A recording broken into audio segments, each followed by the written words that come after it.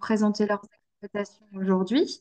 Jonathan Christian qui nous vient de Suisse et qui vous présentera son exploitation et puis son choix pour la brande suisse. Et ensuite viendra Pierre Barbu du GEC Les Rivières en France qui, à son tour, vous présentera son exploitation et les raisons de son choix pour la brande suisse aujourd'hui. Quelques infos sur le fonctionnement de ce webinaire. Vos micros et vos caméras sont désactivés. Vous aurez la possibilité, pendant la présentation ou après la présentation, de poser vos questions via le chat. Donc, dans la barre de logo qui se trouve en bas de votre écran, vous avez la possibilité de poser des questions par le chat. N'hésitez pas à le faire au cours de la présentation quand les questions vous viennent. Et à la fin de chaque présentation, on prendra un temps pour poser ces questions en direct aux éleveurs et ils prendront le temps d'y répondre. Et à la fin de la deuxième présentation, de même, si vous avez des questions à adresser aux deux éleveurs, voilà, pour poser une question sur des différences ou des similarités, n'hésitez pas à poser également des questions communes auxquelles nos deux éleveurs se feront un plaisir de vous répondre. Eh bien, je pense que voilà, on atteint déjà un petit nombre de participants. On va pouvoir démarrer et puis voilà, ça prendra en cours de chemin. Sachez qu'il y a un replay de ce webinaire sera également disponible en ligne dans les prochains jours. Donc, vous aurez l'occasion également de le revisionner si vous le souhaitez. Jonathan, je te laisse la main pour présenter ton exploitation et te présenter. Merci Aurore. Voilà, bonsoir à tout le monde. Aurore l'a dit, moi je viens de Suisse, dans la partie, voilà, on peut pas dire vraiment francophone, c'est la partie bilingue du pays. Donc on se trouve à Fribourg, euh, où on parle à peu près à 60% français et 40%, ça dépend quelle région du canton. Moi-même, j'ai grandi bilingue. L'opportunité d'avoir pu grandir bilingue, c'est aussi, voilà, pourquoi ce soir. Ça me fait un plaisir de présenter mon exploitation en français. Alors, Martine Schouette. Pour la table des matières, 8 petits points. Alors d'abord, je vais commencer avec le profil de l'exploitant. En bref, ensuite, la situation familiale, la main-d'œuvre présente sur l'exploitation. En troisième ligne, la stratégie d'entreprise. En bref, quatrième point, présentation de l'exploitation un peu plus en détail. Ensuite, la stratégie d'élevage. Je vais faire une petite excursion sur la production d'usine qui est assez importante chez nous sur l'exploitation. Ensuite, comme Aurore l'a déjà dit, des questions et des remerciements.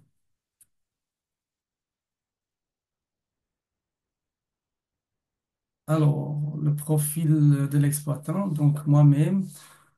Je suis né il y a bientôt 41 ans à Fribourg même, en 1984, février 84. N'étant pas issu directement de l'agriculture, donc pas avec des parents agriculteurs. Après avoir fait ma scolarité obligatoire, j'ai fait la maturité gymnasiale, comme on appelle ça en Suisse, ce qui permet après de suivre pour aller aux universités, etc. Ce qui était aussi d'abord prévu, euh, vu qu'on n'avait pas de... Je dis toujours on d'ailleurs, parce que quand je parle de on, c'est sans le vouloir, mais c'est toujours parce qu'on a parcouru le chemin ensemble avec mon frère au début pendant des années et on a à peu près aussi le même chemin et le même résultat. D'ailleurs, il a aussi déjà fait un webinaire il y a 2 ans, sauf erreur. Alors après la maturité gymnasiale en 2005, pour rester dans les détails, enfin pas trop aller dans les détails, pour rester dans ce qui intéresse ce soir, en 2008, n'ayant pas encore de perspective vraiment claire pour l'agriculture, pour être indépendant dans l'agriculture, on s'est lancé dans le paysagisme pour pouvoir financer, on va dire ça comme ça, en parallèle l'agriculture qui avait déjà débuté, mais très petit. Donc quand je dis très petit, c'est vraiment avec 2 génisses et puis quelques mètres carrés de terre. Voilà. Ensuite, on saute déjà, sans aller dans les détails, 4 ans.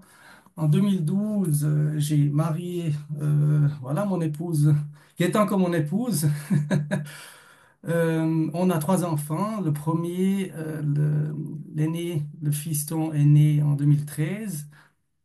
Ensuite, ayant déjà quelques perspectives, ou en tout cas une partie on va dire, du rêve accompli, j'ai quand même persévéré dans l'agriculture au niveau de la formation. Donc, après avoir fait en deuxième formation l'agriculture au niveau du CFC, euh, le brevet fédéral et ensuite la maîtrise fédérale en 2015.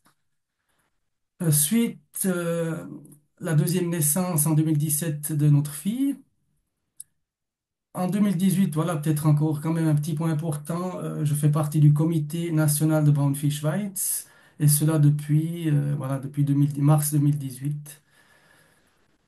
En 2019, la grande étape qui a pu permettre en fait de vivre depuis ce point, depuis cette date-là, 100% de l'agriculture, la reprise du domaine à Bösingen où je me trouve actuellement. L'année passée, enfin ouais, ça fait déjà un peu plus, c'est décembre 2023, la naissance de notre troisième enfant, notre petite fille Lina. Et en 2024, la dernière acquisition en tant que locataire du troisième domaine qui arrondit la totalité du domaine à Dudingen. Donc, les trois domaines sont espacés de 15 kilomètres. En Suisse, ça paraît peut-être beaucoup, peut-être pour vous peu, mais c'est un fait que si on veut s'agrandir, malheureusement, les domaines se trouvent pas les uns à côté des autres. Voilà. Martin Schubert. On arrive à la famille et à la main-d'œuvre. Donc, chef d'exploitation, donc moi-même, bien sûr à 100%. Quand on dit 100%, tout le monde le sait que c'est plus, mais bref, il y a le 100%. En tout cas, l'épouse à 40% parce qu'elle travaille encore à 60% externe et deux apprentis. Alors, les apprentis, actuellement, ce sont deux apprentis de deuxième année. Donc, ils ont un jour par semaine, ils ont les cours. Et sinon, ils se trouvent en général, à part bien sûr les vacances, sur l'exploitation. On les héberge depuis mois d'août l'année passée, on a la possibilité de les héberger chez nous. Avant, on avait juste un locatif, un appartement qui suffisait à peine pour nous cinq. Donc, c'était pas encore possible de loger des apprentis. Actuellement, après avoir rénové notre domaine qu'on a pu acquérir en 2022 à Bösingen, on a les apprentis chez nous sur l'exploitation. Pour le jeune bétail qui se trouve à Dudingen, donc à 7 kilomètres des vaches laitières, il y a encore l'ancien exploitant, donc un oncle de la famille qui gère, gérer c'est peut-être pas le bon mot, mais qui s'occupe après avoir toutes les matières premières sur place de l'affouragement du jeune bétail. Et pas oublier quand même une importance, même si on a des connaissances nous-mêmes, le papa qui fait la comptabilité, donc on peut déléguer cette tâche administrative qui est quand même assez soulageant. S'ajoutent les activités annexes à l'exploitation. C'est historiquement, donc les déneigements, même si à 700 mètres où je déneige, voilà, il y a toujours moins de neige aussi, mais quand même, c'est tout le site de réseau santé du canton de Fribourg. On a deux véhicules équipés et on fait ces déneigements entre novembre et avril, ce qui engendre quand même un joli revenu accessoire. Ensuite, comme je l'ai déjà dit, le comité Braunfisch Schweiz est, vu que l'exploitation, sans avoir déjà rentré dans les détails, est conduite d'après les directives de Bio Suisse depuis 2019. Donc, je fais aussi partie du comité de Bio Fribourg depuis 2021. Voilà.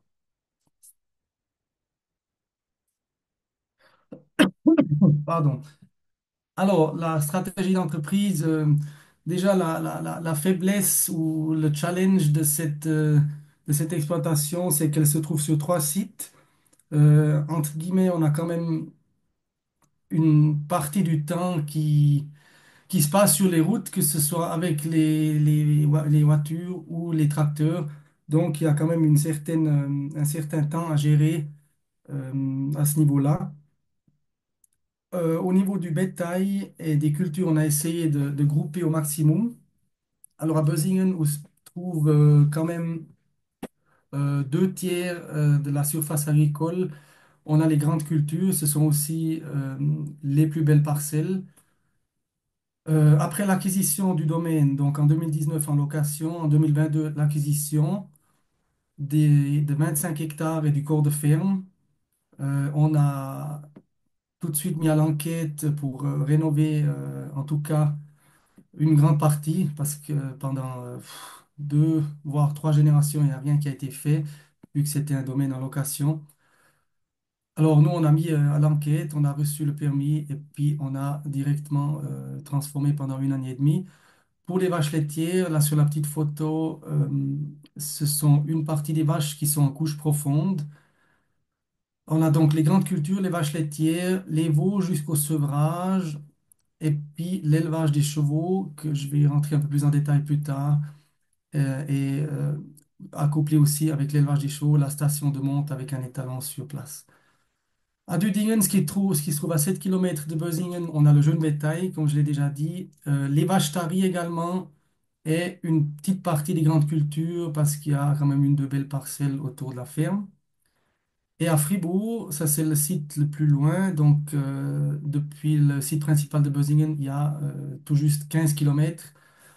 Pas oublier à traverser quand même deux villages, donc les heures de pointe, c'est toujours un peu plus longtemps, et sinon en tracteur, si tout va bien, ça fait 25 minutes. Et puis là-bas se trouvent les poulains en pension et puis les pâturages.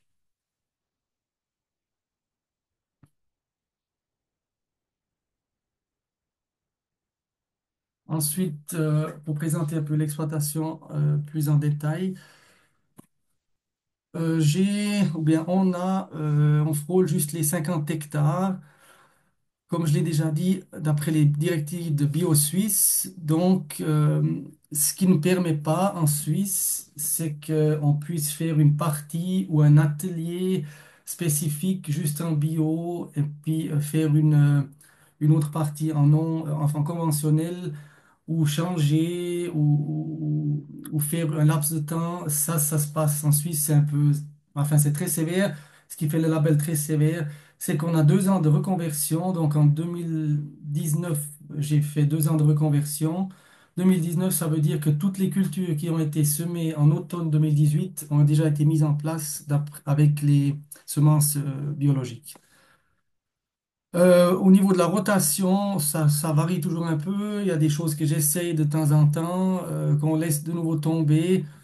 J'ai remarqué que ma philosophie, que ce soit avec les vaches laitières ou avec les cultures en général, c'est quand même de produire des denrées alimentaires, de produire d'une manière optimale, c'est-à-dire avec ce qu'on a, mais quand même d'essayer d'en ressortir le maximum. Donc, il y a des choses que j'ai laissées tomber suite à peut-être un manque de main-d'œuvre, manque de temps, et ce qui engendre beaucoup de mauvaises herbes dans le bio assez rapidement et puis qui fait de nouveau baisser les rendements. Donc, ce qui se prête actuellement assez bien chez nous avec la structure qu'on a actuellement, ce sont tous les céréales. Donc, on a à peu près actuellement 8 hectares de blé panifiable, à peu près 4 hectares de seigle panifiable, 4 hectares d'orge. C'est différent avec l'orge, ça dépend des fois, on fait venir le moulin mobile, des fois je le vends au moulin pour en reprendre mon mélange céréales, ou des fois ça n'a rien à voir, je le vends externe et puis on achète les aliments externes. Ça dépend un peu toujours de la situation du marché aussi. Le maïs, c'est du maïs en silage, donc ces 6 hectares sont utilisés pour l'affouragement du bétail de la propre exploitation. Ensuite, les 10 hectares à peu près de mélange de luzerne et le reste en prairie naturelle et en pâturage, ce qui arrive à peu près, comme j'ai dit, aux 50 hectares. Pas quelque chose qui est négligeable chez nous, ce sont toutes les cultures intercalaires. Donc, à part après le maïs, bien sûr, vu qu'on se retrouve déjà au mois d'octobre, après tous les blés, tous les seigles, tout l'orge, euh, je mets en place des mélanges d'herbes pour en faire de l'ensilage l'automne. Et puis, ça dépend où après on met du maïs le printemps d'après, des mélanges 200, donc c'est-à-dire deux utilisations, une le printemps et une déjà l'automne lors de la mise en place de la culture intercalaire. Voilà. Alors, on arrive au bétail laitier, ce qui représente quand même, je dirais, une, la moitié à peu près, que ce soit en chiffre d'affaires, que ce soit en temps et en importance de l'exploitation. Alors, le cheptel actuel, il varie entre 35 et 40 vaches.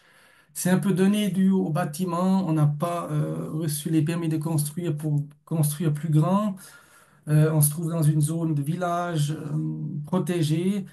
Donc, le bâtiment, il donne place à maximum 40 vaches.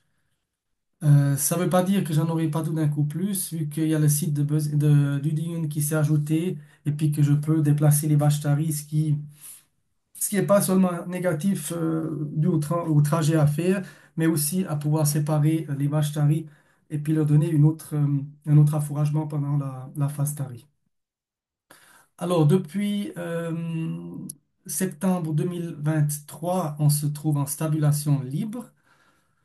Reste à préciser que les vaches, jusqu'en 2023, elles étaient encore attachées. Donc, elles ont quand même parcouru avec un trajet de camion ou de bétaillère avec tracteur je dirais presque de 100 ans avec les vieilles écuries attachées. Et ensuite, pour passer à la sabulation libre avec couche profonde et une partie de logette. On a aussi installé le robot à ce moment-là. Donc, de la traite directe, elles sont passées au robot. Et voilà, je suis heureux que maintenant, ça fait bien une année et demie, non pas tout à fait une année et demie en fait, mais la phase initiale qui a duré malheureusement plus que 6 mois, elle était assez difficile. Les vaches se sont adaptées très gentiment, pour dire ça d'une manière diplomatique. Elles l'ont montré avec la qualité du lait qui était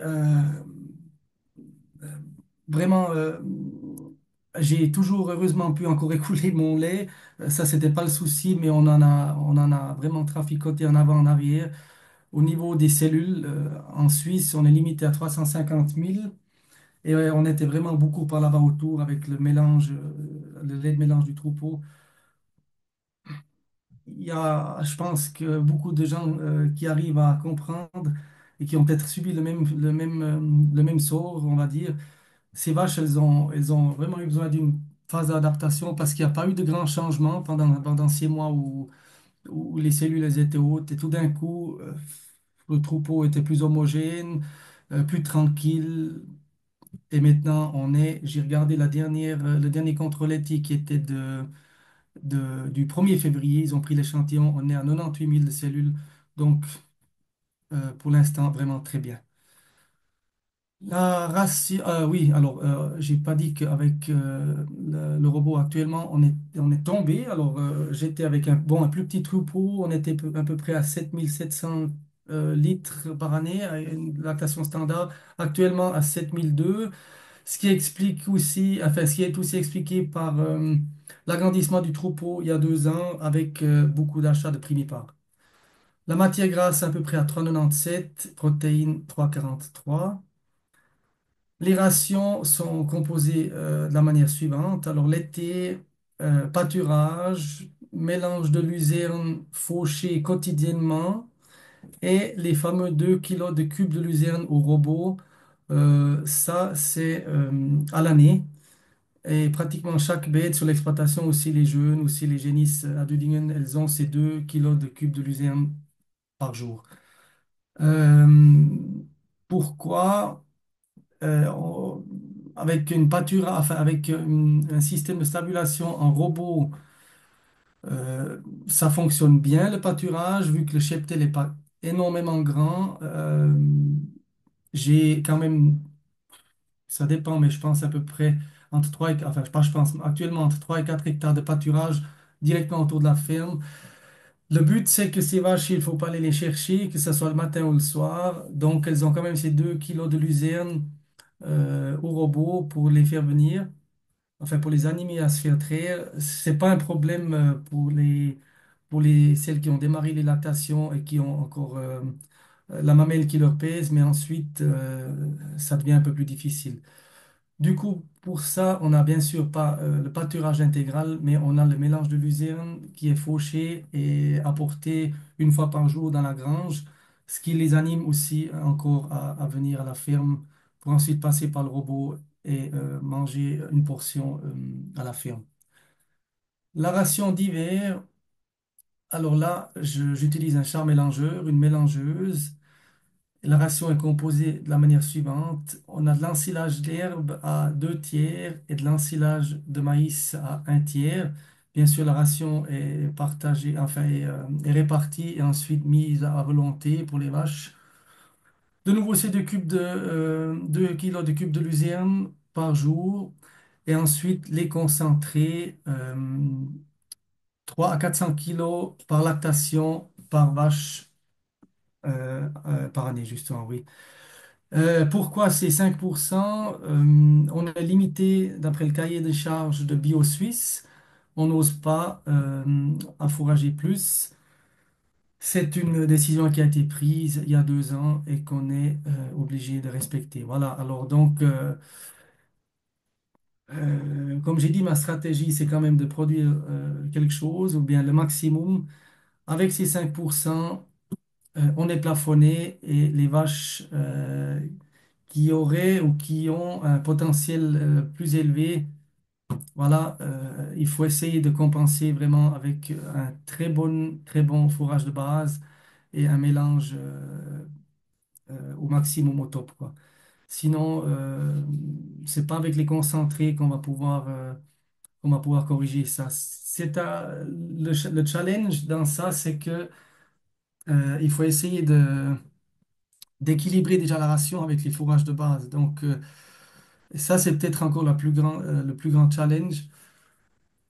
J'essaye justement avec l'ensilage de luzerne, qui est quand même assez protéique, de équilibrer le maïs, ce qui fonctionne assez bien. Mais ça a son coût, vu que ces mélanges de luzerne sont assez conséquents déjà au SMI et sont difficiles à la conservation.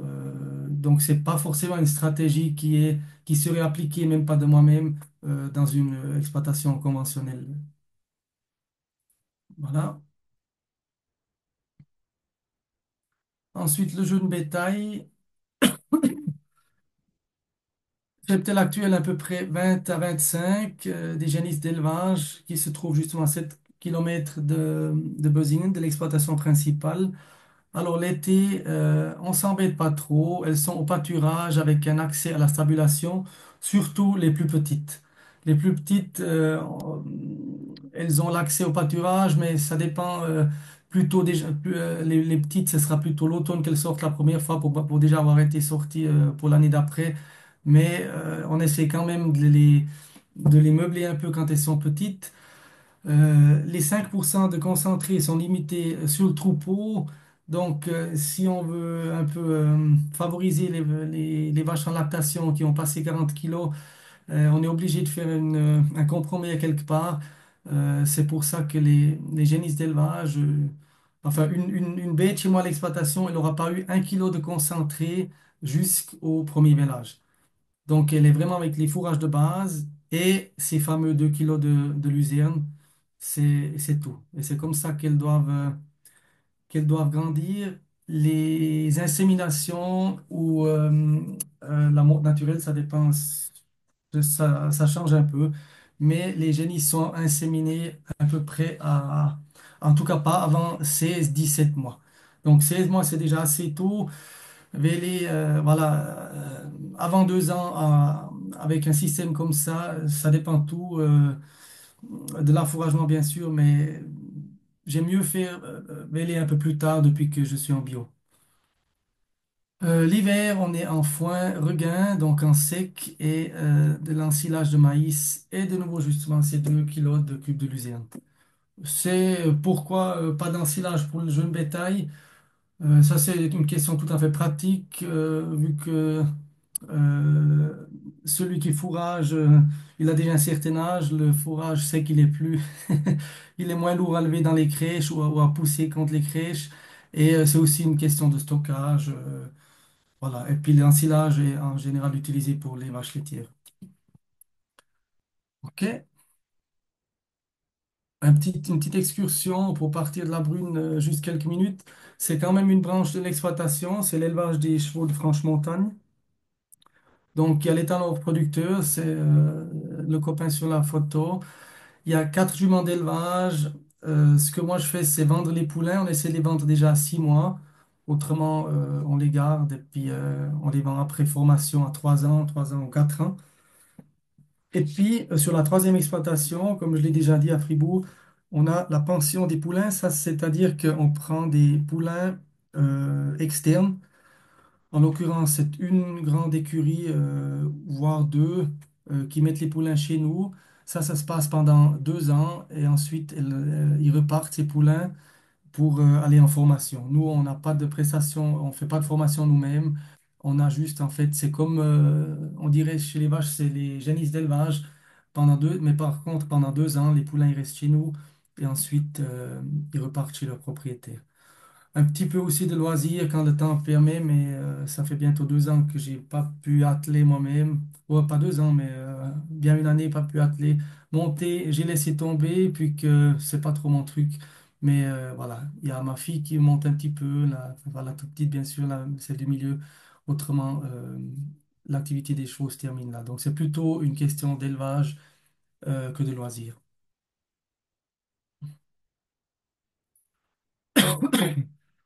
Alors, la stratégie d'élevage.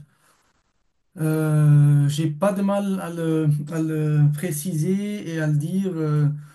J'ai pas du tout d'ambition ou pas du tout le bétail pour des expositions.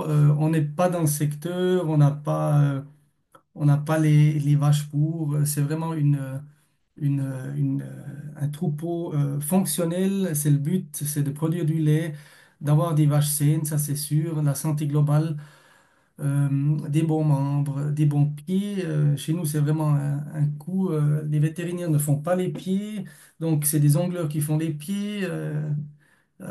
Si on a des vaches à problème, c'est tout de suite une grande perte financière. Ou alors on fait nous-mêmes, mais enfin, j'ai pas besoin de faire un dessin à tous les éleveurs qui savent que quand on a des problèmes de pieds, ça s'arrête malheureusement pas à une mise dans le travail. Ensuite, la durée d'utilisation, on sait tous que on passe par l'élevage, c'est 2 ans, 2 ans et demi, et qu'après on aimerait quand même utiliser ces vaches un certain nombre de temps pour rentabiliser cet élevage et bien sûr de garder la bête le plus longtemps possible. Ensuite, la santé du pie, je parle sûrement pas quelque chose de nouveau. On essaie de maintenir et de baisser les cellules. L'objectif, c'est de ne pas dépasser 150 000. Actuellement, on est dessous, mais on n'est jamais vraiment sur. Voilà, c'est pas un contrat qu'on signe pour 6 mois. On peut pas dire ouf, maintenant c'est bon. Expérience faite avec une année et demie de robot.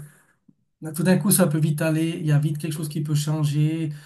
C'est clair, on peut vite réagir aussi parce qu'on a les données, mais euh, c'est quand même le facteur, à mon avis. Un des facteurs limitants ou bien sûr aussi un facteur qui fait mal si on dépasse les cellules et puis qu'on a le lait de consommation qui dépasse les limites. Donc ça c'est quelque chose, enfin c'est une bête noire qui est bien restée présente dans ma tête. Alors vraiment ça c'est un but de garder les cellules à un niveau acceptable. La fertilité, je ne vais pas rentrer trop dans les détails. Je suis content quand une vache elle porte après 3 mois et puis qu'après une année on en ouvre un veau. je vais pas forcer, je suis pas très très pointilleux dans ce niveau-là. Euh, j'ai un taureau reproducteur avec les vaches, c'est-à-dire que moi, le plan d'accouplement, il est assez vite fait. Euh, il y a différentes raisons. Déjà, je suis pas vraiment quelqu'un euh, qui bouquine ses taureaux tous les soirs. J'aime beaucoup ça et j'ai beaucoup de respect pour les gens qui font ça. Mais dans mon exploitation, j'ai remarqué, vu qu'on a 3 sites, si on est beaucoup non présent avec les vaches laitières, on va dire ça, on a tout de suite tendance à louper des chaleurs. On sait tous que ces vaches, elles ont un cycle court, elles sont dehors. Euh, et puis si on n'est vraiment pas sur place tout le temps, enfin pas tout le temps, mais avec une permanence ou bien une présence adéquate, on loupe beaucoup les chaleurs. C'est pour ça que je me suis décidé à mettre un taureau dans le troupeau. Il y a beaucoup d'avantages, il y a beaucoup de désavantages aussi, comme dans tous les systèmes. L'avantage que je peux quand même chez moi, c'est le séparer. Donc, il est dans son box un certain temps. Si on a quelques vaches en même temps qui ont bêlé et puis qu'on veut pas forcément que quand elles ont 40 kilos de lait, voire plus, dans le meilleur des cas, qu'elles reportent direct à la première chaleur, alors, on ne sait pas, je le mets dans le box et ensuite, euh, c'est souvent les vaches de toute façon, les vaches qui sont en chaleur qui vont montrer et qui vont aller vers le taureau. Donc ça, on peut encore régler et doser ça un peu comme ça, mais sinon, c'est clair que voilà, pour les 40 vaches, il n'y a pas un accouplement très détaillé, ça c'est sûr. Ensuite, ce qui est important pour moi aussi, c'est les vaches bien adaptées aux robots de traite. Donc, la position et la taille des trayons. Un robot est capable de crocher les manchons sur beaucoup de mamelles, mais quand même pas sur toutes les mamelles. Donc ça, c'est quand même aussi quelque chose qu'il faudrait voir pour un accouplement ou pour des futures vaches, ça c'est sûr. Nous, on a aussi quand même une partie du troupeau entre 5 et 10 qui partent à l'alpage. Ça, c'est historique vu que quand on a débuté avec mon frère, on n'avait pas assez de terre pour les vaches l'été. On faisait, sur le peu de terre qu'on avait, on faisait les fourrages. Donc toutes les vaches, elles partaient à l'alpage. À l'occurrence, c'était une trentaine.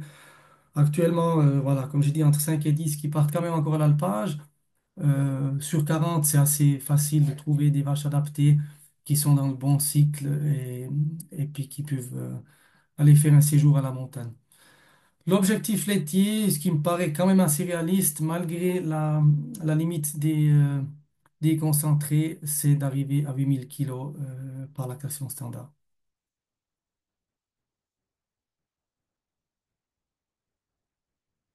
Voilà, alors ça c'est la feuille de performance du taureau actuellement avec les vaches laitières.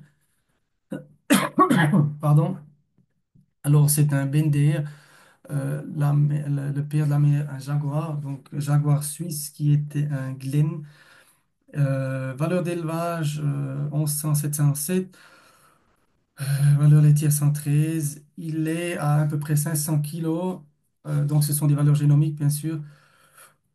Un taureau, on va pas dire extraordinaire, mais un taureau quand même complet qui me paraît adéquat à mes besoins. Voilà.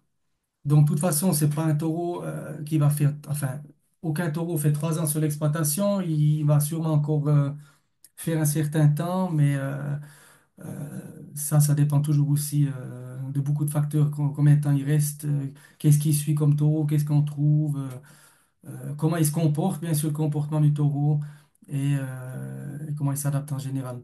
Alors, c'est bien possible que tout d'un coup, après, il puisse aller chez le jeune bétail ou même à la montagne avec les vaches qui partent, parce que là-bas, après, il y a un grand troupeau avec des autres vaches, d'autres détenteurs. Voilà, c'est pas que je prends que le taureau pour les vaches. Il y a aussi des périodes où je fais de l'insémination artificielle, donc c'est vraiment un peu.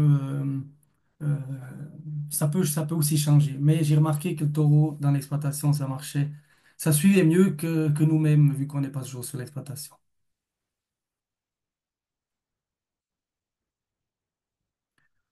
Alors, une petite excursion dans la production de luzerne qui est de grande importance pour l'affouragement de tout le bétail de l'exploitation.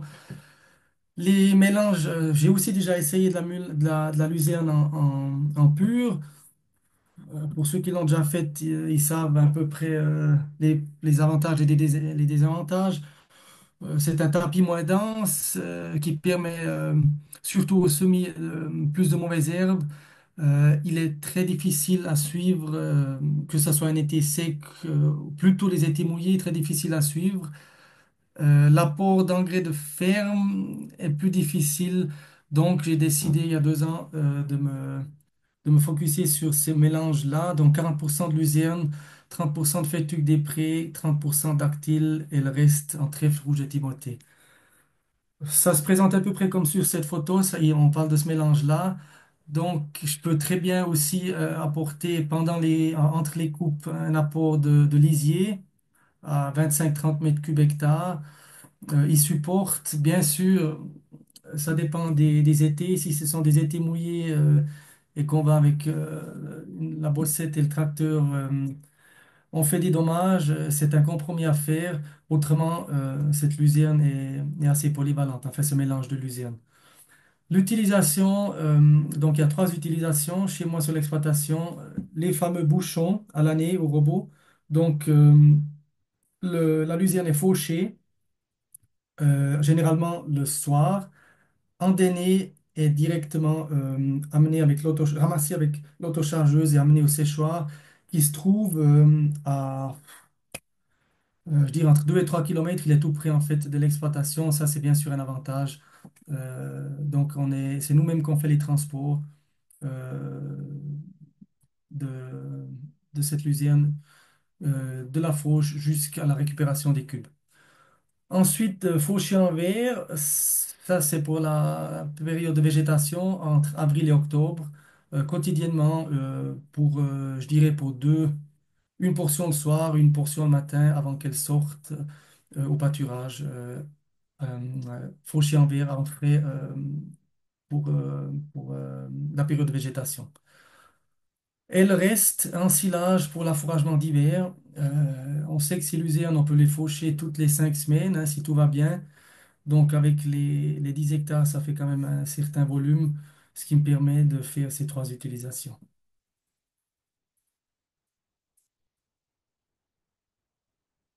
Voilà, là, une petite illustration encore à gauche, c'est le séchoir. Donc, avec l'autochargeuse menée en vrac, légèrement coupée dans l'autochargeuse, ensuite séché. Il sèche au gaz chez nous. C'est quand même une production assez chère, ce qui nous coûte à peu près déjà 35 francs les 100 kilos au séchage, sans compter notre travail et la matière première. Et puis ensuite récupérer en big bag et puis transvaser dans les silos chez nous à la ferme.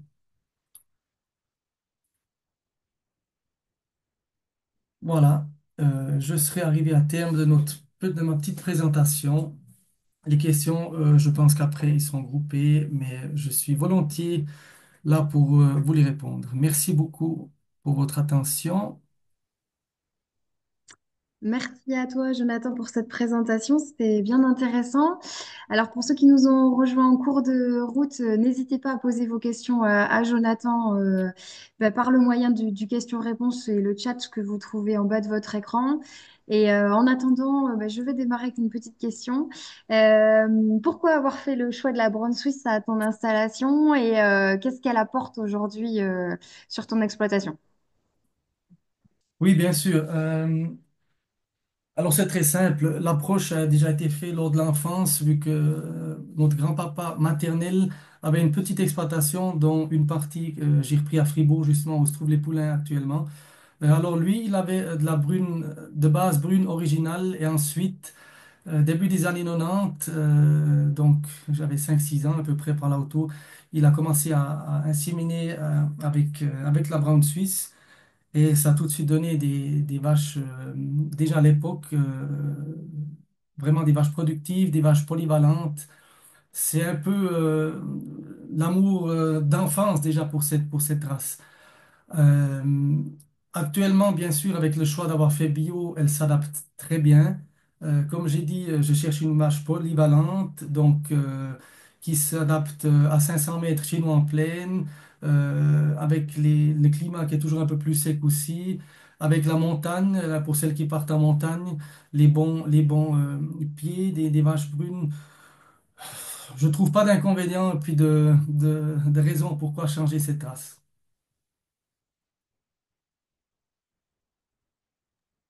Merci pour ces précisions. Alors, je vois que vous êtes un peu timide. N'hésitez pas à poser vos questions à Jonathan. Et puis, en attendant, moi, je continue.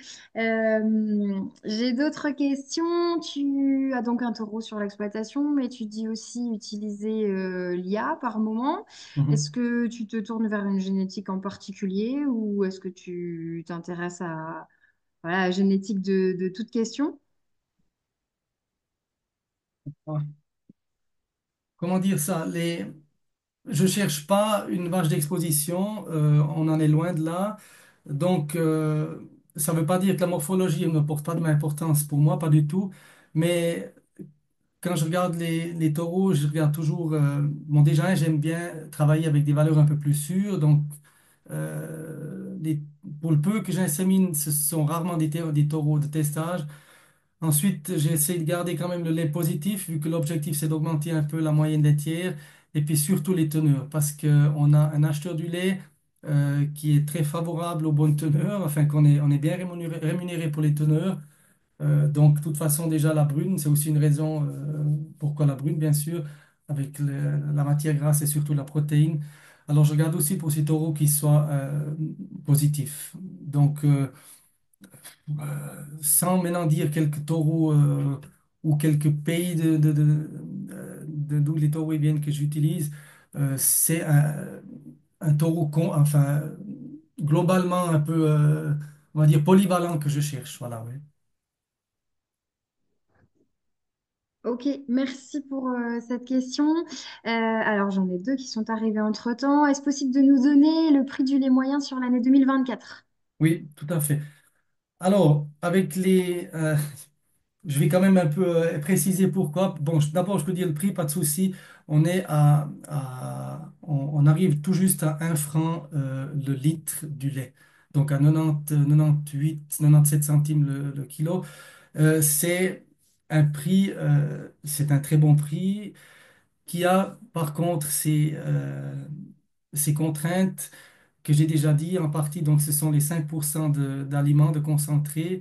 À un moment donné, on est plafonné avec la production laitière, donc on peut pas exiger ou attendre à des 10 000 ou 12 000 de moyenne avec une production biologique. Ça, c'est même en étant très, très intensif comme je le suis, parce que souvent, voilà.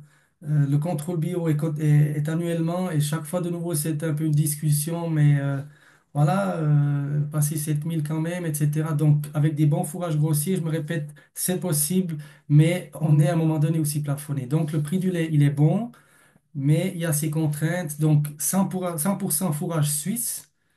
Euh, de préférence encore des fourrages de la propre exploitation. De toute façon, des fourrages biologiques d'en acheter en Suisse, c'est en partie possible, mais très très très très cher. Donc, on a meilleur temps de produire nos fourrages sur les exploitations biologiques nous-mêmes.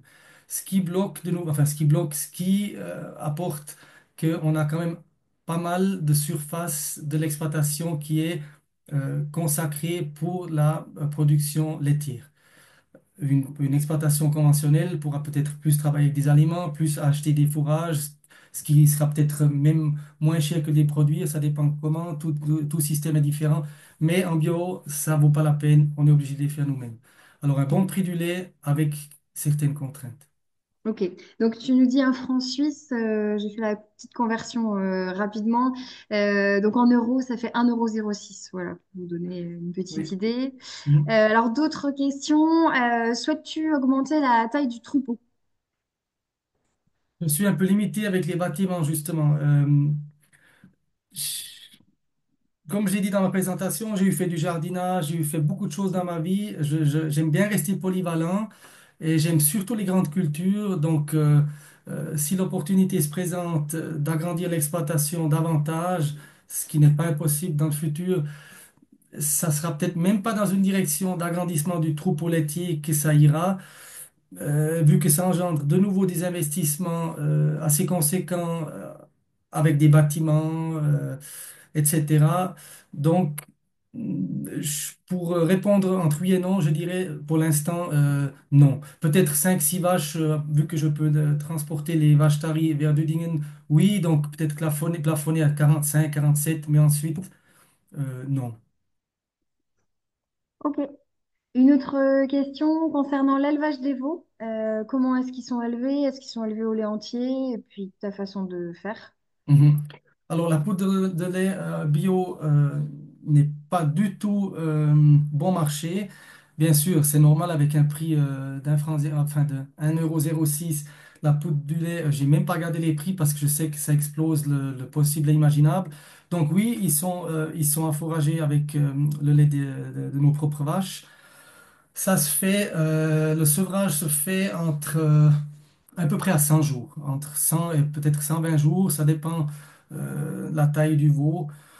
Euh, Concrètement, les mâles qui sont vendus à un mois, normalement, chez nous, ils arrivent entre 75 et les bons, même 80, passé 80 kilos à un mois avec 8 litres de lait entier par jour.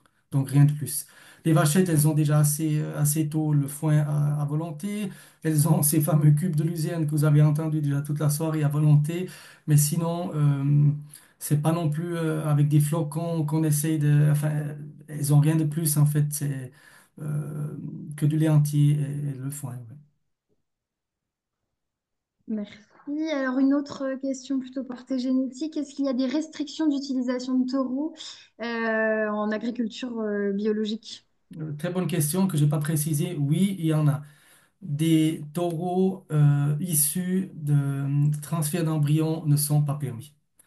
Donc voilà, ça aussi pour le choix d'inséminer, si je le fais, on peut déjà biffer tous les taureaux issus de transfert d'embryons de la liste. Donc ça fait déjà une grande partie en moins. Ce qui est, à mon avis, compréhensible, c'est mon avis personnel. Ce qui s'ajoute malheureusement aussi comme contrainte, c'est de ne pas pouvoir utiliser des doses sexées. Alors ça, aussi pour dire mon avis personnel, je trouve incompréhensible. C'est dommage qu'on inonde le marché avec des veaux mâles inexistants en Suisse pour le bio. Donc, je précise, et ça je le fais avec plaisir, les veaux mâles qui partent de l'exploitation à 80 kilos, ils partent d'un engraissement conventionnel. Donc, on est obligé d'inséminer des vaches euh, avec une dose normale. À 50%, on a un petit orion qui sort qu'on vendra euh, pour, en fait, pas cher, vu qu'on a affouragé quand même 8 litres de lait à 1 franc 0, à 1,06 € par jour, et qu'ensuite pour vendre le taureau vraiment à un prix qui ne paye pas le lait. Voilà. Alors, il y a l'insémination artificielle enfin, non permis en sexé et les taureaux issus de transfert d'embryon. C'est intéressant puisque c'est pas forcément le même fonctionnement en France, par exemple. Justement, ouais. Une autre question concernant ton temps de travail sur l'exploitation. À combien de temps est-ce que tu estimes ton temps de travail sur une journée type? Journée type. Alors, je suis plus un lève-tôt, ou peut-être j'étais même jamais trop un lève-tôt. Enfin, c'est toujours relatif. On commence le travail à 6h30 avec les apprentis. Une journée à fourragement d'hiver se termine en général à 17h30 le soir, avec une pause d'1 heure de midi, avec une pause à 9h pour un café, un bout de pain ou bien une tartine à la confiture, et puis une petite pause d'un quart d'heure à 4h aussi pour prendre le goûter, on va dire. Donc, des journées assez normales. L'été, avec les trois sites et les grandes cultures, c'est souvent un peu plus long. Après, j'essaye de limiter le temps de travail des apprentis. Un contrat type d'apprenti en Suisse, il est de 55 heures par semaine, 5 jours et demi. Donc ça, on essaie quand même de respecter. Alors toutes les heures qui sont en plus, le patron les fait lui-même.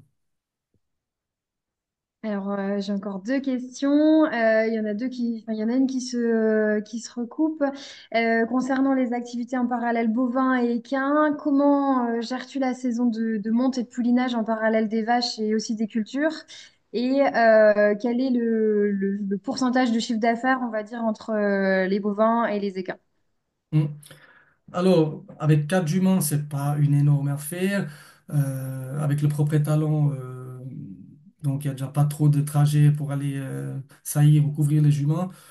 Euh, Les gens externes se plafonnent en général à 10 juments par année. C'est pas, j'ai pas non plus actuellement, je n'ai pas un étalon énormément populaire, donc ça représente pas énormément de temps non plus.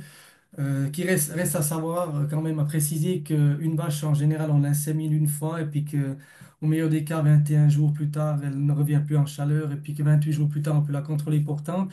Une jument ça se passe un peu différemment, donc la jument on l'inséminera dans l'intervalle de 48 heures pendant toute sa période de chaleur.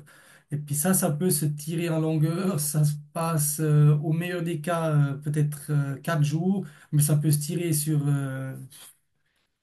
bien passer une semaine. Donc, toutes les 48 heures, ça c'est le temps que la semence d'étalon est active dans la jument, on ressaille. Ça se fait en général à deux. Donc, la jument est attachée dehors avec des entraves pour éviter des blessures d'elle-même et de l'étalon. Ensuite, je sors avec l'étalon et puis on fait la monte naturelle, ça se passe assez bien puis assez rapidement, mais c'est clair, il faut quand même une heure de présence, enfin une certaine présence, ce qui est plus facile maintenant vu que j'habite sur place. Avant, j'habitais encore Fribourg, donc s'il y avait des intéressés, il fallait encore faire 15 km de voiture pour aller saillir la première fois. Ensuite, les prochaines fois, on peut bien les gérer vu que les juments restent souvent sur place. Donc j'accueille les juments, j'ai des box comment te dire, pour les prendre en pension pendant la saillie. Ensuite, le chiffre d'affaires, ouais, c'est assez vite vu. Si on peut vendre un poulain, on couvre les frais de la jument à l'année. Donc, il n'y a pas vraiment de chiffre d'affaires. C'est beaucoup de plaisir quand même. Les talons laissent un petit quelque chose, mais donc c'est vraiment, c'est dérisoire. Donc, on va même pas commencer à chiffrer. Ça fait peut-être en tout et pour tout, si on parle de l'élevage équin, il reste vraiment presque rien. Ce qui reste dans le secteur équin, c'est vraiment, chez moi, c'est ce qui se trouve à Fribourg, donc la pension des poulains.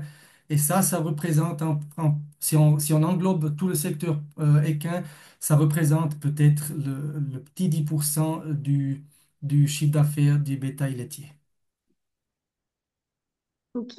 Et une dernière question avant de passer à la présentation de Pierre Barbu.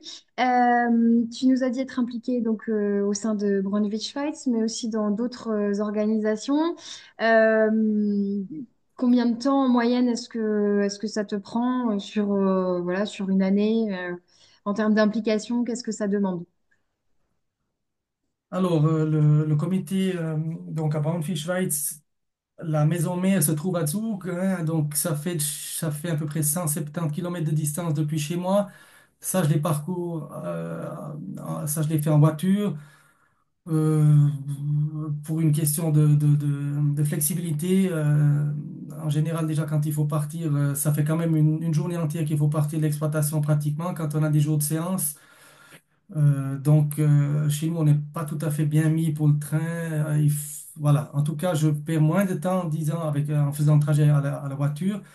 Ça représente sur une année peut-être 10 jours. Et ensuite, bien sûr, il y a les préparations des séances à la maison. Je suis aussi un peu plus impliqué au niveau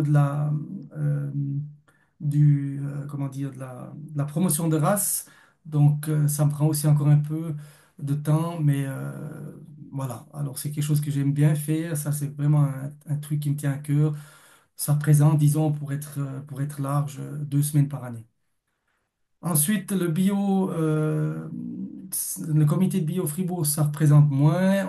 C'est quand même moins conséquent comme organisation. C'est très local. Braunfisch Schweiz, c'est quand même national. Le bio est organisé très localement. Donc, nous, on a nos 26 cantons en Suisse. Donc, chaque canton a son comité, ce qui représente quand même un peu moins. Ça représente peut-être 4 5 jours par année.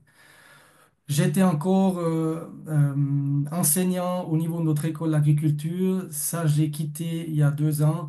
Ça représentait quand même un petit 15% à l'année, ce qui n'était pour finir plus tellement applicable dans la pratique, vu qu'on était vraiment pour finir, j'étais beaucoup loin de la maison et il y a des choses qui commencent à souffrir, donc ça, j'ai laissé tomber.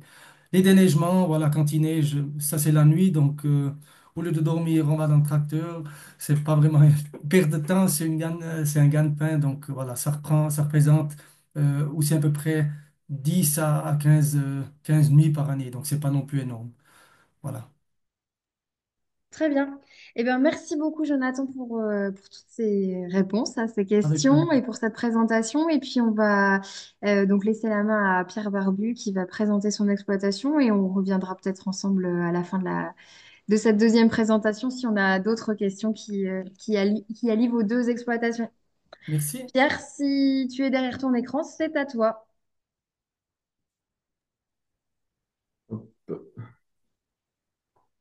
Et Aurore, tu m'as arrêté la vidéo, je crois. Non? Non. Ah, je n'arrive pas à la reconnecter.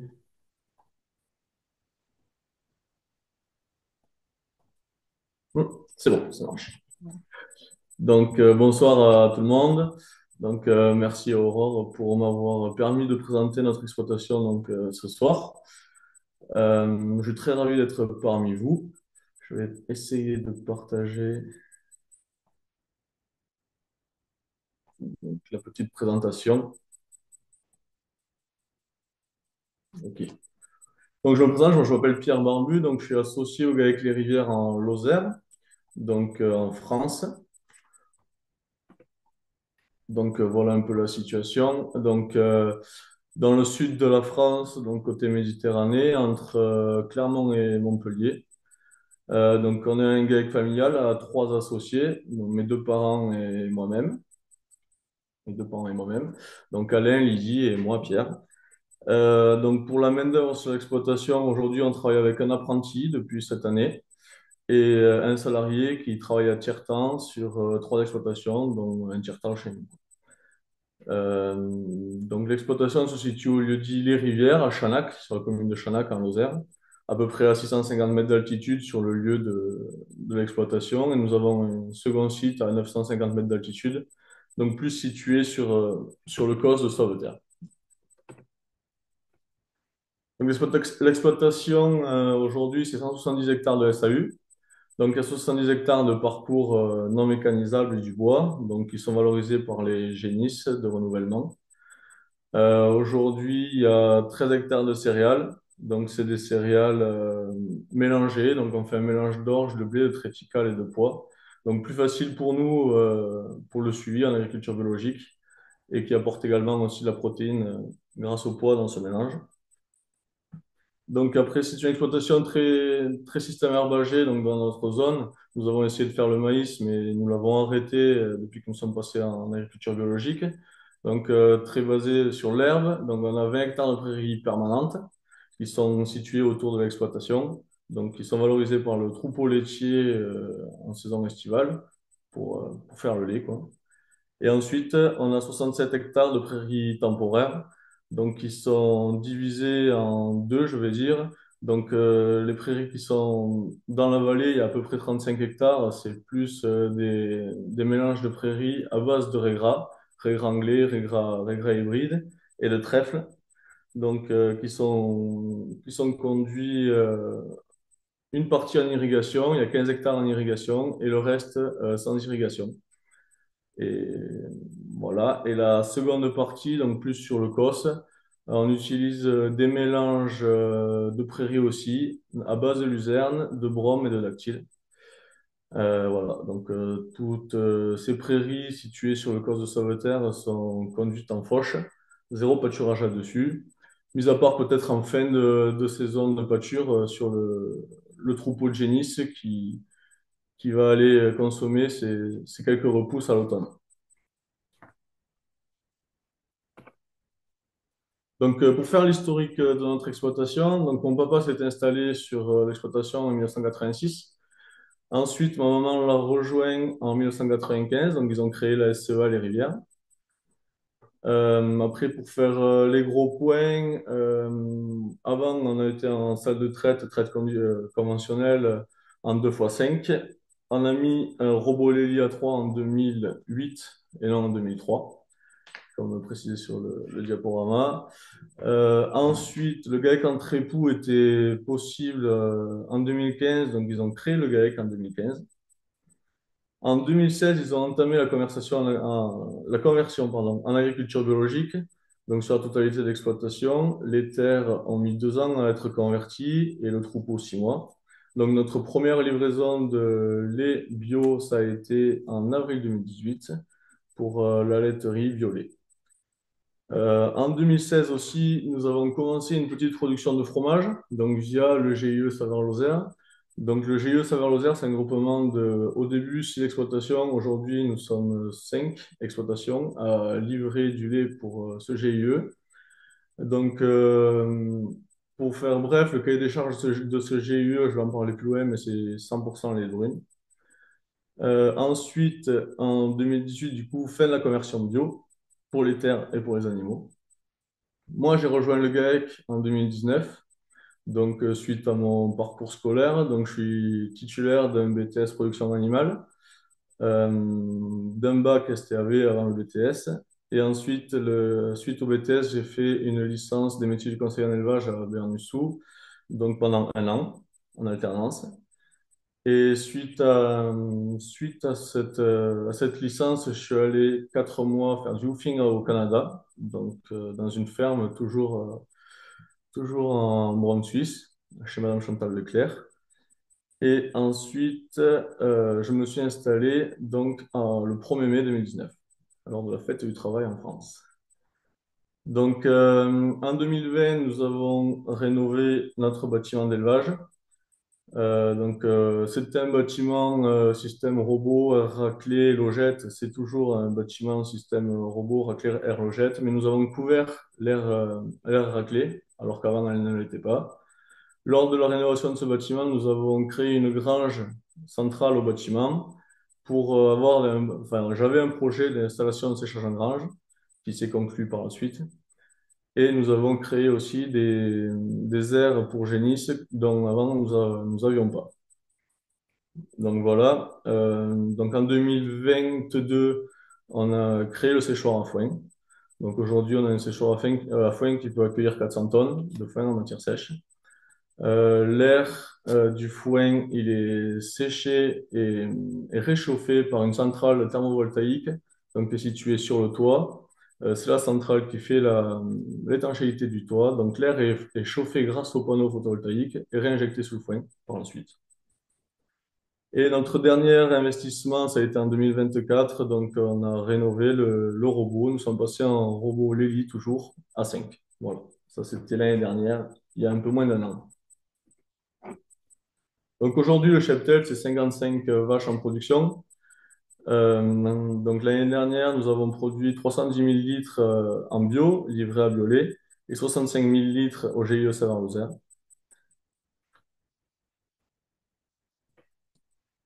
Donc voilà, le GIE Saveur-Lozère, ça c'est l'institution qui nous prend le lait pour le transformer. Donc je dis qu'il nous prend le lait, mais Saveur-Lozère, c'est nous. Nous sommes gérants à 4 parts égales du GIE Saveur-Lozère. Euh, donc, ce sont des exploitations, 4 élevages lozériens, 100% lait de vache brune. Qu'est-ce que je peux dire? Création du fromage 100% lait Bronze Suisse. Ça, c'était le principal acteur de notre déroulé, quoi. C'était une volonté. Nous voulions faire valoir la qualité de lait de notre race via un fromage. Donc, nous avons créé 6 tomes au format assez généreux parce qu'elles font 6 kilos. Donc, c'est que des fromages à la découpe que nous vendons. Nous les vendons soit en marché locaux, soit en grande et moyenne surface autour. Donc, voilà. Donc ce GIE-là, il transforme 220 millilitres de lait. Donc aujourd'hui, pourquoi la brogne suisse? Nous sommes dans un secteur assez séchant et pâturant. Donc aujourd'hui, l'axe de notre génétique est basé surtout sur les membres et la qualité de la race à les pâturer. Donc l'aptitude au pâturage. C'est une vache qui est très très facile à vivre. Donc je le dis en rigolant, mais les vélages, ça se passe sur le canapé au bout de la caméra, quoi. On connaît pas de, on connaît pas de vélage difficile avec des véleuses. Donc c'est une vache qu'on aperçoit qui est très résistante à la chaleur. Donc il y a eu des études de fait, je sais, et puis elle se démontre quand même aujourd'hui chez nous. En pleine canicule, elle cherche pas forcément l'ombre, elle la cherche un peu, mais on voit qu'elle craint moins la chaleur que certaines races donc qu'on voit chez les voisins, quoi. Ensuite, la qualité du lait, donc avec un lait très riche en protéines et qui se transforme en fromage qui est très fromageable, quoi. C'est un lait très fromageable. Aujourd'hui, on arrive à faire 1 kilo de fromage avec cette litre de lait.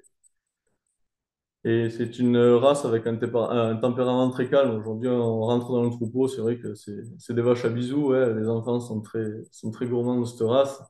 Et ça, et ça rappelle un peu à chaque fois qu'ils viennent chez nous, quoi, visiter. Ou c'est pas une vache qui a un tempérament assez vif, quoi. Donc pour la production globale du troupeau, aujourd'hui, on a une moyenne à 7070, une moyenne économique, quoi. Donc avec une matière grasse à 39,7 et un taux azoté à 36. Une moyenne du taux cellulaire à 238, donc un peu trop haut à mon goût. C'est un axe de sélection aussi aujourd'hui. Avec une quantité de concentré par vache et par an à un peu plus de tonnes en 2023. Donc, pour moi, c'est un des points négatifs de l'exploitation. On essaye de travailler tous les jours sur diminuer cette quantité de concentré par vache en essayant de garder, voire d'augmenter cette production laitière.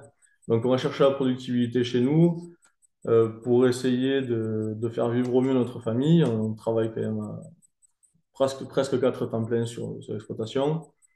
Donc, pour améliorer cet axe-là, on a trouvé pour moi, qu'un seul axe, c'est la valeur des fourrages, quoi. Donc aujourd'hui, on essaye de réduire nos parts de luzerne, de dactyle, tout ça dans les mélanges pour aller chercher des espèces un peu plus lactogènes, donc type régras, type trèfle. Mais on a un gros inconvénient, c'est le climat assez séchant. Donc, il y a une pluviométrie qui va de 500 millimètres sur un des années à 1500, quoi.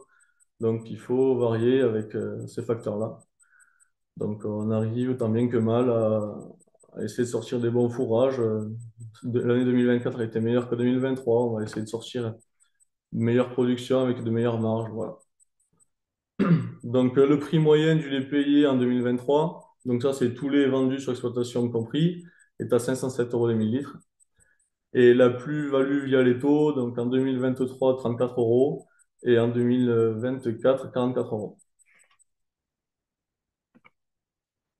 Donc la ration aujourd'hui, donc on a un objectif de lait à 26 kilos, donc voilà, pour un coût alimentaire à 167 euros les 1000, dont 106 de concentré. Aujourd'hui, le concentré au robot, c'est un mélange 70% de blé, 30% de maïs. Donc ça, c'est un mélange acheté. Au début de la saison, donc je dirais de septembre à maintenant, quoi. On tourne avec les céréales qu'on autoproduit, mais sauf qu'avec 13 hectares, on sort pas assez de rendement pour satisfaire le besoin du troupeau sur l'année entière, quoi. Donc on est obligé d'acheter ce mélange-là. Et ensuite, il y a un correcteur azoté qui est composé de colza et de soja, donc au robot aussi, seulement pour les hautes productrices et les fraîches gelées, donc les 0,90 jours, quoi. Et ensuite, c'est du foin. Donc, je dirais deux tiers regain, un tiers foin. Donc, le foin qu'on essaye de ramasser le plus précocement possible. Les foins les plus tardifs sont donnés au génisses, donc pour le renouvellement. Et les meilleurs foins sont donnés pour le troupeau laitier. Ensuite, en saison estivale, les vaches pâturent, je dirais du 1er mars, pardon, jusqu'à fin octobre, suivant les conditions, suivant la pousse de l'herbe.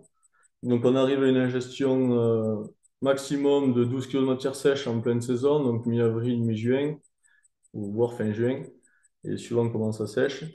Toutes les pâtures des vaches laitières sont irriguées. Donc, on essaye de passer le moins possible sur les années, mais parce que ça prend énormément de temps, l'irrigation, quoi. On essaye de passer 5 à 6 fois à 60 mm. Voilà. Donc, sur les prairies naturelles et sur les mélanges suisses qui sont consommés autour de l'étable. Il y a 20 hectares accessibles pour le troupeau laitier et le reste, c'est pour les génisses. Ensuite, voilà, après, il y a oui, 500 grammes de sel et minéraux dans la ration. Il y a un peu de féverol à l'auge. Donc, pour garder un peu un niveau protéique assez élevé, avec 600 grammes.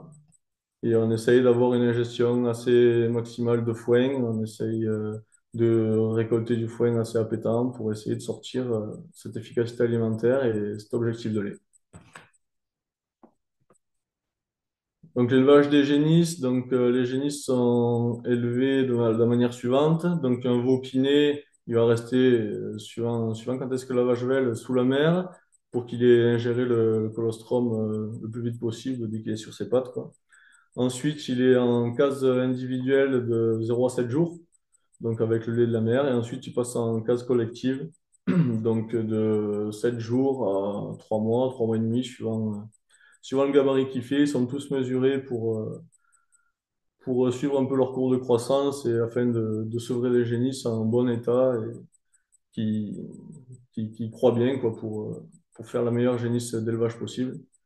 Donc c'est du lait entier, donc on monte progressivement jusqu'à 8 litres par jour en 2 tétés et après on descend un peu pour finir à 4 litres par jour en une tétée sur la fin de la partie lactée, quoi. Dès la première semaine, il y a il y a du foin et des concentrés mis à disposition pour essayer de développer cette panse le plus vite possible. Toutes les génisses sont génotypées le plus tôt possible, donc on essaye de faire des vagues de 5 à 6 génisses génotypées. Voilà. Après, oui, donc après la génisse sevrée, donc c'est du foin de 3 mois à 6 mois, c'est du foin, c'est totalement du foin avec 2 kilos de concentré, avec du correcteur azoté et toujours la céréale ou autoproduite ou achetée, quoi. Donc mélangée. Elles ont 1,5 kg par jour en général et dedans est mélangé les minéraux et le sel pour une meilleure assimilation. Et ensuite, de 6 mois jusqu'au vélage, donc il y a 2 phases. Il y a 6 mois et gestation confirmée. Donc elles sont en foin et regain. Donc aujourd'hui, c'est 2 tiers regain, 1 tiers foin, comme les vaches laitières. Et des fois, quand on n'arrive pas à récolter les fourrages en sec, cette année, on a fait 50 boules d'enrubané, donc c'est pas grand-chose. On les passe quand même sur les génisses tout au long de la période d'hiver, quoi. Donc elles ont un peu d'enrubané aujourd'hui, du foin et du regain. Jusqu'à l'insémination, elles ont du concentré. Donc on diminue à 1 kg. Une fois qu'elles sont confirmées gestantes, elles restent à 400 grammes de concentré juste pour les minéraux et le sel. Et ensuite, c'est que les fourrages grossiers.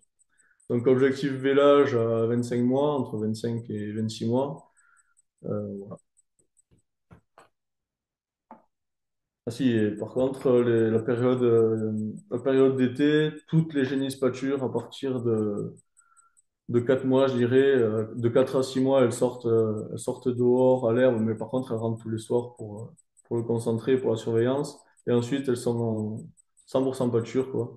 Pâture de cosse ou pâture de coteaux, donc de l'herbe assez riche quand même, mais très pauvre sur les années. Donc la conduite et la reproduction, donc il y a à partir de 15 mois, avec validation au ruban, toutes les génisses sont mesurées par notre technicien d'élevage tous les mois. Il y a de la semence sexée utilisée sur les génisses comme les vaches laitières, avec de la conventionnelle. Et il y a, je dirais, 40% de croisement charolais aujourd'hui. Donc pour éviter au maximum les mâles bruns, quoi, parce qu'ils n'ont pas une très bonne image vis-à-vis des acheteurs et qui ont du mal à partir à un bon prix, quoi. Ils ont du mal à se payer eux-mêmes. Voilà. Donc objectif de naissance 20 à 25 femelles, objectif de vélage 15 femelles par an. Donc il y a 10 femelles qui sont destinées à la vente. Donc des femelles de tout âge, des femelles de 3 mois, des femelles prêtes à véler. Donc voilà. On vend très rarement des vaches en lait. Euh, Pourquoi? Parce qu'on préfère élever des vaches laitières productrices plutôt que d'élever des génisses. On a des terres à on a des terres à vaches laitières, on dit, plutôt que des terres à génisses, quoi. On a beaucoup de parcours, mais qui sont pauvres quand même en rendement. Donc, moins on a de génisses par an, mieux on se porte. Donc là, c'est les chiffres réalisés aujourd'hui, donc 28 mois au village, 87 jours à l'intervalle vélage première IA, nombre d'IA fécondantes 1,9, pourcentage réussi de première IA, ça c'est un point à améliorer chez nous. Donc 42 sur les vaches laitières, 36 sur les génisses. Donc je pense qu'il y a une partie de surveillance quand les génisses sont à l'extérieur, quoi. On a du mal à passer partout parce qu'on fait des petits lots pour essayer de valoriser au mieux partout. Et on a du mal à passer partout, donc on voit mal les chaleurs. Voilà. Avec un intervalle vélage-vélage de 422 jours et un rang moyen de lactation de 3 lactations aujourd'hui, qui a pour objectif de croître parce que l'objectif aujourd'hui principal du troupeau, c'est quand même de faire vieillir les vaches. Parce que des vaches vieilles, c'est quand même assez agréable dans un troupeau. C'est des vaches qui produisent et surtout, c'est des vaches rentables, quoi. Donc, voilà. Donc, les objectifs de sélection aujourd'hui, c'est l'animal le plus complet possible. On fait beaucoup du cas par cas. Donc, une vache qui est très bonne en niveau morphologique, on va essayer de, s'il a des tares à côté, de plus axer sur ces tares-là, quoi. Et inversement, si c'est une très bonne lignée, niveau fécondité, tout ça, mais par contre, avec des mauvaises pattes et de mauvaises mamelles, on va plutôt essayer de tendre sur une amélioration morphologique, quoi. Donc, c'est ce qu'il y a de bien dans cette race, c'est on peut faire un peu tout ce qu'on veut sur niveau sélection, je dirais, tout en maintenant nos objectifs. Donc, les objectifs, je vous le redis, c'est la longévité chez nous. Donc, pour moi, ça passe par les membres et la mamelle. Donc, en robot de traite, la mamelle, on essaye d'avoir le moins d'échecs possible. Donc, c'est quand même important, passer quand même le moins de temps possible sur le robot, mais plus sur la surveillance des vaches et sur la santé des vaches, quoi. Et ensuite des membres pour aller pâturer, que ce soit autant génisses que vaches laitières. Elles vont pas très loin quand même par rapport au robot. Les vaches, elles vont à 1 kilomètre au maximum. Mais une vache qui boite va plus difficilement aller ingérer de l'herbe à la pâture qu'une vache qui a de bons membres secs et fins. Donc ensuite, les autres axes à regarder, c'est le lait. Donc c'est les facteurs économiques, hein, le lait, la repro et la matière grasse. Donc aujourd'hui, la génétique utilisée, on utilise la gamme taureau BGS et on utilise aussi des taureaux étrangers.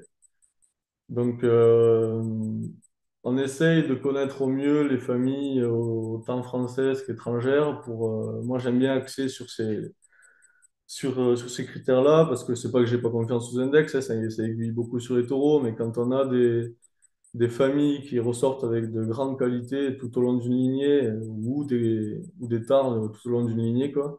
J'essaie bien d'y faire attention pour accoupler chez nous. Donc les taureaux utilisés en 2024, on refait beaucoup d'optimales.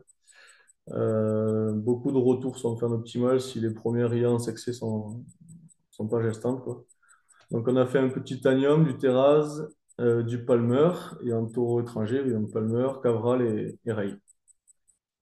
Donc une note globale de troupeau en morphologie aujourd'hui 84,7 et presque 85 en mamelle.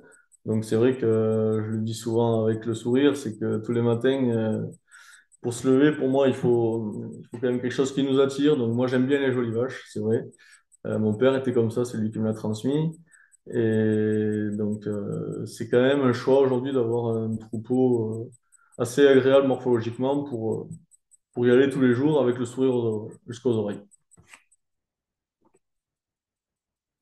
Donc, pour continuer sur cette génétique, on a plusieurs lignées de vaches aujourd'hui qui sont issues d'achats grâce grâce à des ventes aux enchères ou grâce à des connaissances proches qui nous ont fait l'honneur d'avoir de la génétique de chez eux, chez nous.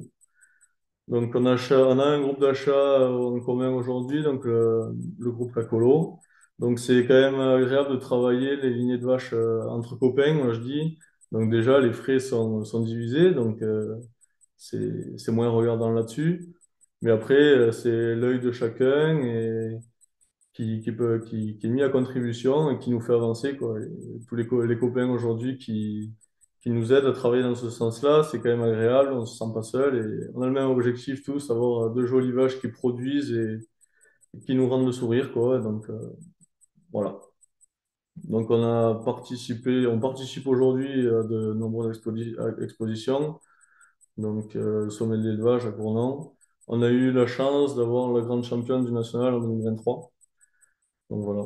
Ensuite, on fait les concours départementaux et régionaux. Donc, voilà, toujours avec cet esprit de passer de bons moments entre copains, sortir de notre routine quotidienne et voilà, d'aller voir autre chose, de se vider la tête, entre guillemets, tout en restant dans notre passion commune, les vaches laitières. Et pour revenir dans la ferme, quand on revient des concours, ben, rempli d'enthousiasme et pour continuer, pour aller plus loin. Donc les familles travaillées, c'est une famille française assez connue, donc la famille Pirouette. Donc les Yeats, ça a été une vache qu'on a achetée lors de la vente européenne en 2016 et ensuite qui a donné plusieurs lignées chez nous, dont notamment avec la Beaver Arduina. C'est en train de sortir pas mal. C'est une grande famille qui a beaucoup de passé, mais qui, je pense, chez un peu tout le monde beaucoup de futur et qui c'est une lignée quand même assez confirmée et qui marque bien dans chaque troupeau où c'est qu'elle passe. Donc la famille de Panama, ça c'est une famille qu'on a importée d'Allemagne, donc avec la vache Caline qu'on a achetée en 2008 et qui a laissé chez nous deux lignées, donc avec la Hollywood et la Eva, et notamment la Jet 27, la Paisley. Donc deux lignées qu'on travaille tous les jours avec c'est une lignée de vaches sans souci, c'est pas des grandes vaches avec de bonnes pattes et des très bons pics. Donc après, il y a d'autres familles qu'on a eu le plaisir d'acheter, donc notamment sur la souche canadienne, de la Surge Bella de chez Chantal Leclerc. Donc aujourd'hui, on a un peu de descendance là-dessus. Il n'y a pas grand-chose qui sort pour le moment parce que c'est très jeune. En production, on n'a rien qu'une fille, quoi. Donc je pense que c'est une lignée d'avenir chez nous et qui reste à travailler. Ensuite, une autre famille qui marque beaucoup chez nous, donc c'est la famille de la Must Carter. Donc ça, c'est une vache, c'est notre famille fonctionnelle, on va dire. Donc c'est une famille qui fait du lait, qui fait de la matière protéique avec, pour moi, une matière grasse un peu moindre, donc on fait attention là-dessus sur les accouplements, mais surtout une lignée féconde, quoi. Donc c'est une vache Must qui a 8 IA et qui aujourd'hui est à sa huitième lactation. Donc voilà, merci de m'avoir écouté. Donc, je suis ouvert à toute question, il n'y a pas de souci.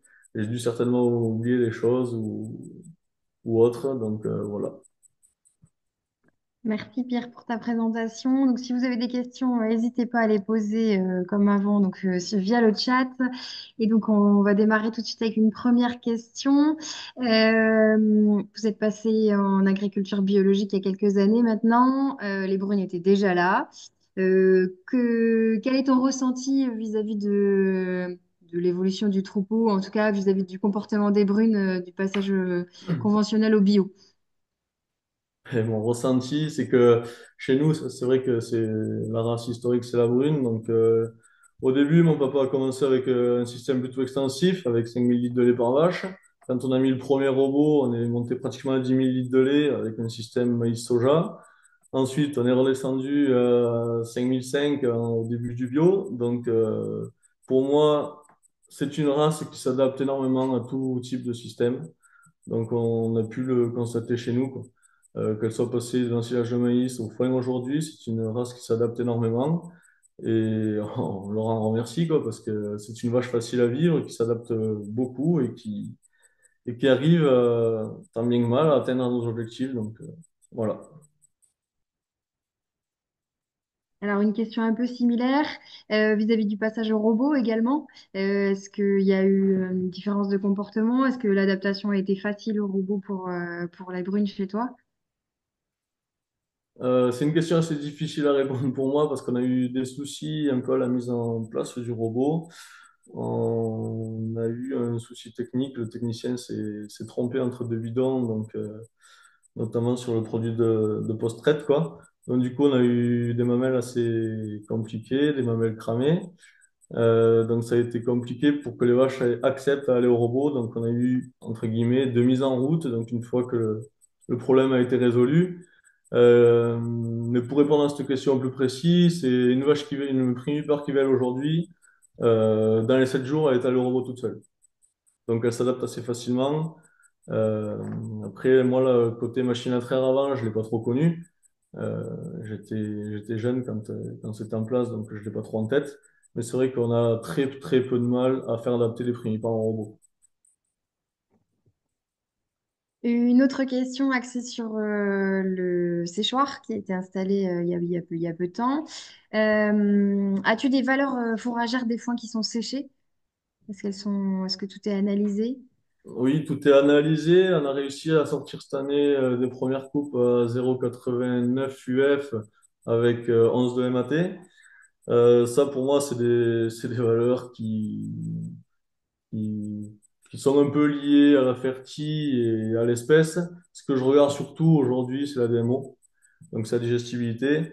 On a réussi à faire notre meilleur fourrage à 72%. Pour moi, c'est pas encore assez, donc il va falloir essayer d'aller chercher un peu plus. Et la valeur d'un fourrage, pour moi, réussi, c'est surtout la digestibilité plutôt que des valeurs autant énergétiques que matière azotée, quoi.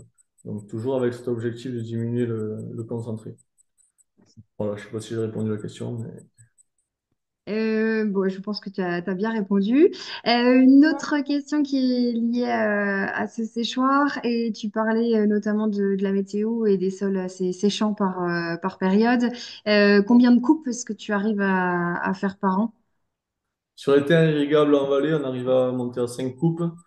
Donc après, c'est des petites coupes qui vont de 1,5 tonne à 2,5 tonnes, quoi. Donc voilà, sur les terres irriguées en mélange suisse, on arrive à sortir 10 tonnes de matière sèche, entre 10 et 11 tonnes de matière sèche. Donc ça, on sort 5 coupes. Et ensuite, sur les zones assez séchantes, on arrive quand même chaque année à sortir 2 coupes si on fait une bonne première coupe. Et après, le regain, soit il vient de suite après, soit on arrive à en faire à l'automne, grâce au régras, quoi. Et là, on fait 6 tonnes de matière sèche hectare, quoi. Donc voilà. Une autre question vis-à-vis du séchage avant de changer de sujet. À combien est-ce que tu estimes ton coût de séchage? Aujourd'hui, pour sécher 400 tonnes, on a une facture globale Enedis à 12 000 euros par an. Donc, c'est compliqué de l'estimer parce qu'il y a beaucoup eu de changements sur l'exploitation, mais il suffit de faire le calcul avec ça, quoi. Je l'ai pas en tête là comme ça, là. Je sais que niveau compta, entre l'augmentation de la facture d'électricité et l'ensilage, le fait d'ensiler les bâches et les ficelles, tout ça, ça s'équivaut. On n'a pas gagné ni perdu d'argent. On a gagné par contre en valeur fourragère, quoi. Mais voilà. Ok. On passe à une question un peu plus génétique. Tu as dit dans ton objectif de sélection que c'était beaucoup de cas par cas, en fonction un peu à la vache. Comment est-ce que tu réalises ton plan d'accouplement?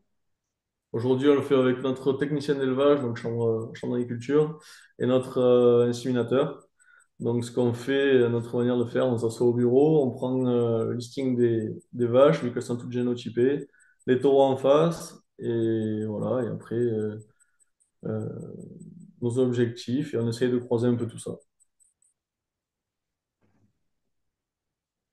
Et une autre question, tout à l'heure avec Jonathan, on a vu qu'il y avait quelques contraintes avec la bio, alors plus sur la partie insémination, utilisation de taureaux. En termes d'alimentation et notamment de concentré, est-ce qu'il y a des limites liées au bio Nous, ou non? aujourd'hui, par rapport au bio français, il y a pas de limite, mis à part des fourrages produits dans le cahier des charges, quoi. La laiterie nous impose par contre du concentré acheté 100% issu de graines françaises. Donc c'est la seule limite aujourd'hui. Voilà. Ok, je n'ai pas plus de questions pour le moment. Si vous avez d'autres questions, n'hésitez pas à les poser. Il y a encore temps. Si vous avez des questions communes également à Pierre et à Jonathan, n'hésitez pas à les poser ou des remarques voilà, sur les systèmes qui sont quand même sur certains points similaires et sur d'autres assez différents. Donc, si vous avez certaines questions ou certaines remarques, n'hésitez pas à les partager. Pierre, peut-être tu as quelque chose à ajouter pour terminer. Pas forcément là, dans l'immédiat. Ah voilà, une dernière petite question. Ton prix du lait, tu as annoncé 507 euros les 1000 litres. Est-ce que c'est ton prix bio-lait ou est-ce que ça comprend également la vente avec le GIE Saveur Lozère? Ça comprend les deux.